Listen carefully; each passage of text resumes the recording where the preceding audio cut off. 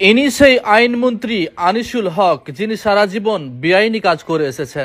হাসিনা সরকারের আমলে সব মন্ত্রীরাই এখন জেলে। অভিযোগ, কোটি কোটি টাকার দুর্নীতি করেছেন মন্ত্রীরা। অভিযোগ হয়েছে হাসিনার নামেও, এমনকি হাসিনার বোনঝি টিউলিপের নামেও দুর্নীতির অভিযোগ উঠেছে। তদন্ত করছে বাংলাদেশের দুর্নীতি দমন কমিশন। আওয়ামী লীগের অভিযোগ সবই পরিকল্পিত, ষড়যন্ত্র করে মন্ত্রীদের জেলে রাখা হয়েছে।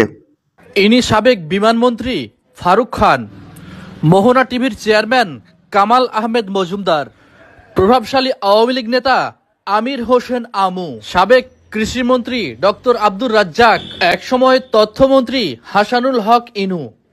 ইনি হচ্ছেন রাশেদ খান মেনন, সাবেক খাদ্যমন্ত্রী অ্যাডভোকেট কামরুল ইসলাম।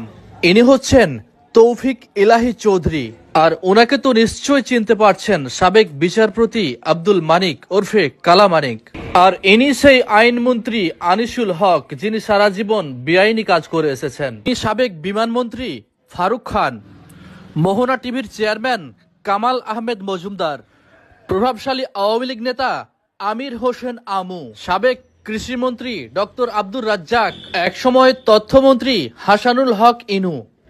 ইনি হচ্ছেন রাশেদ খান মেনন, সাবেক খাদ্যমন্ত্রী অ্যাডভোকেট কামরুল ইসলাম। ইনি হচ্ছেন তৌফিক ইলাহি চৌধুরী। আর ওনাকে তো নিশ্চয় চিনতে পারছেন, সাবেক বিচারপতি আব্দুল মানিক ওরফে কালা মানিক। আর ইনি সেই আইনমন্ত্রী আনিসুল হক যিনি সারা জীবন বেআইনি কাজ করে এসেছেন।